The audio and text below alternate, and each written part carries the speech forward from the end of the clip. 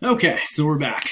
By the spring of 1928, the Soviet advisors, once entrenched in the South, were on their way back to Moscow after a failed coup forced upon them by Stalin had proved a disaster in Guangzhou.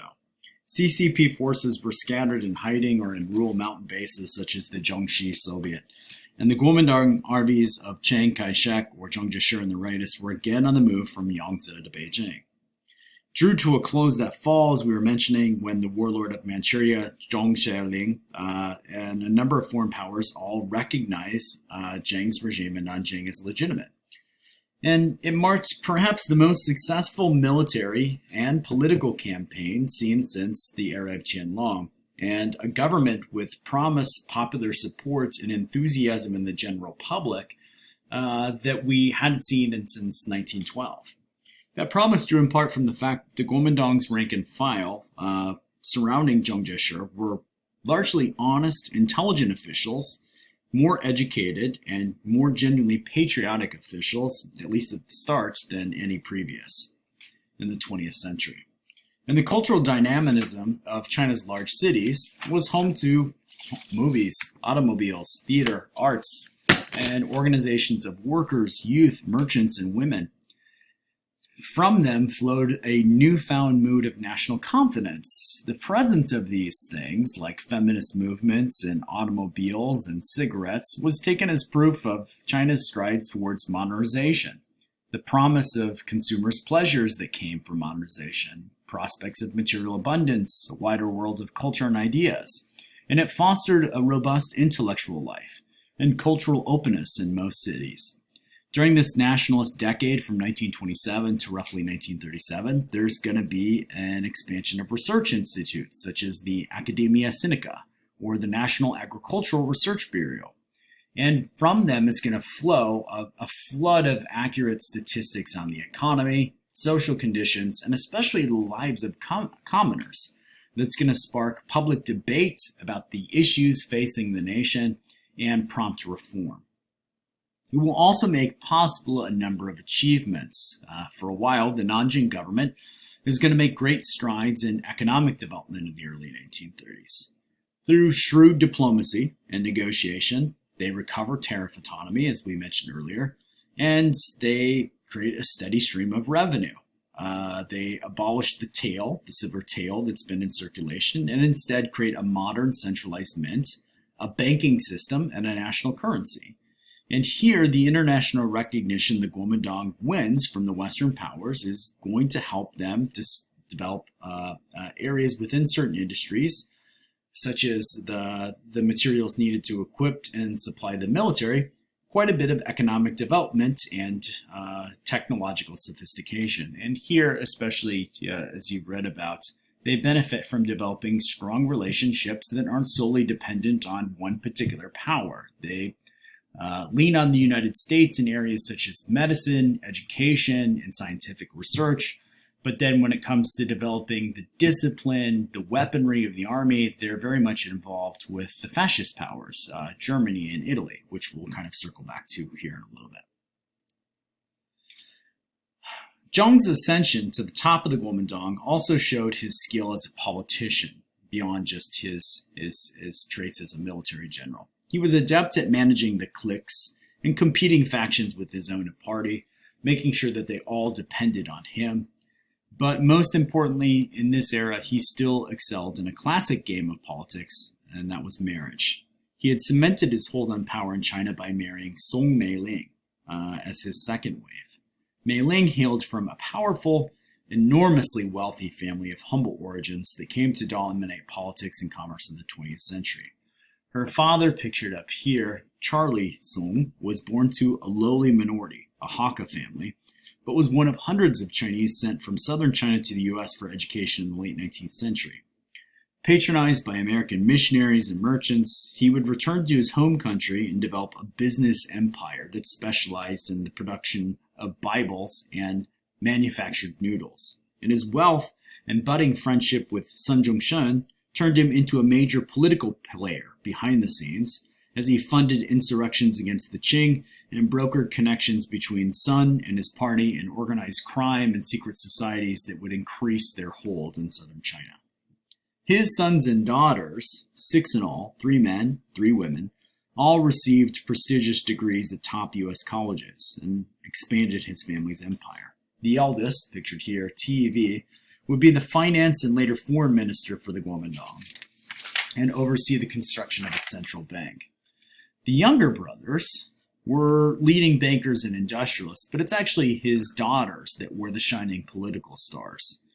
Ai Ling worked for Sun as his secretary and would eventually marry H. Kung, a Yale graduate and wealthy businessman that functioned much like Charlie Sung did as a key patron and supporter of the Kuomintang. Lost my slide there. His middle daughter, Qingling, married Sun Zhongshan, and after his death, she used her status as his widow to promote the cause of liberals and radicals, making up that left wing of the Kuomintang. And actually, after 1949, she remained in mainland China and rose through the ranks of the Chinese Communist Party to the rank of vice chairman, becoming perhaps the highest position held by a woman in 20th century China, at least before the 1970s and 1980s. His youngest, though, married Chiang Kai-shek. It was his second and her first marriage, and it was an act that cemented the support and resources of the Song Empire for his government in Nanjing. In return, the Songs in 2 generations had gone from nobodies to the wealth and power behind the throne, so to speak.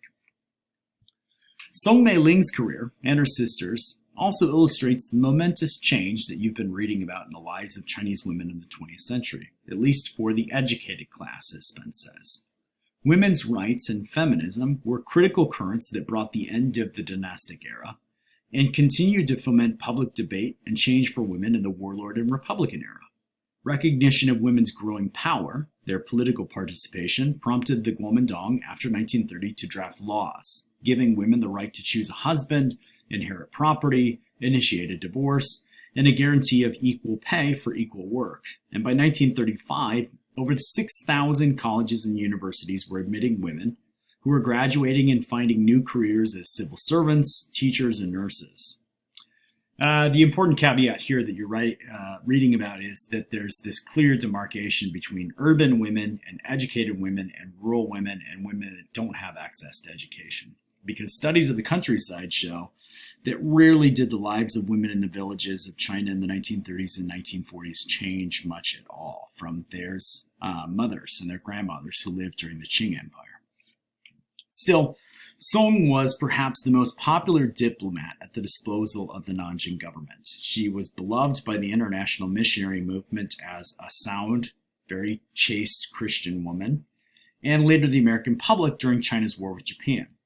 More than any figure, Mei Ling managed to produce an image in the West of her husband as a Democrat, Christian, and tireless patriot laboring to improve the lives of her people. Her image in print and media, thanks to her powerful friend in the U.S., Henry Luce, and his magazines Time and Life, along with her passionate, polished speeches before the U.S. Congress, transformed China's image internationally, along the likes of her own in the public eye.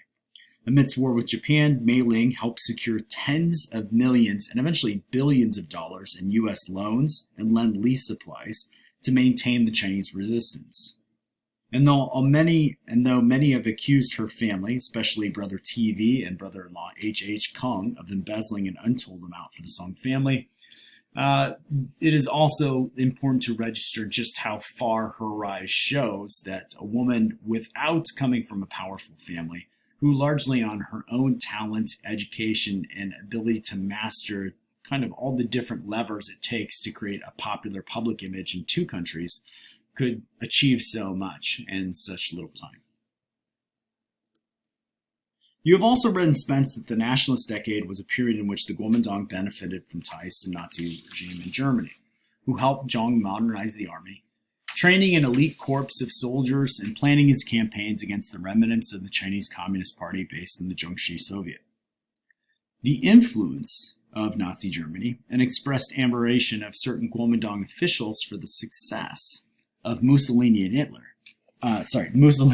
Italy and Hitler in Germany has led a number of historians to analyze the experimentation of the Nanjing government with fascism and the creation of the New Life movement in Blue Shirts, a paramilitary organization that its opponents labeled the Chinese version of the Gestapo. Both were the result of a political crisis in the summer and fall of 1931. The occupation of Manchuria by Japan, an explosion of the major railway staged by the Japanese army, ignited another wave of boycotts and student demonstrations in Beijing, demanding that the Kuomintang put a stop to their aggression by the general public. But at that time, the Kuomintang was paralyzed by continued infighting between the rightists in Nanjing and the left, now leading a separatist government from Guangdong under Wang Jingwei and Li Zongren. This would force Chong to announce his retirement. So Zhang Jieshi announces his retirement and he actually relinquishes government posts. In reality, he's still the most powerful political figure. But at the time, he was overwhelmed by the outpouring of public anger and disappointment with his insistence on appeasing Japan to first prioritize the defeat of internal enemies, the warlords and communists. In the midst of that crisis, a number of Whampoa Academy graduates and alumni, many of them recently returned from training in Japan, Italy, and Germany, actually worked in secret to create a nationwide system of clandestine agents in social clubs, professional associations, student and youth organizations, and magazines and newspapers. Their goal was to glorify Zhang Jieshi as a national leader, to inspire citizens to a veneration of sacrifice, discipline, and unity on the basis of race and nationalism. At first secret from even Zhang Jieshi himself, the youthful leaders formed the Li Xing Shi, the innermost circle of this network, and received his blessing after meeting with him. After reaching a compromise with the left under Wang Jingwei, Zhang would return to power, and with the help of the Li Xing Shi, the government behind the agency behind the Blue Shirts in 1934, he would launch the New Life movement, a campaign to indoctrinate the Chinese citizenry, to militarize everyday life, to revive their national spirit.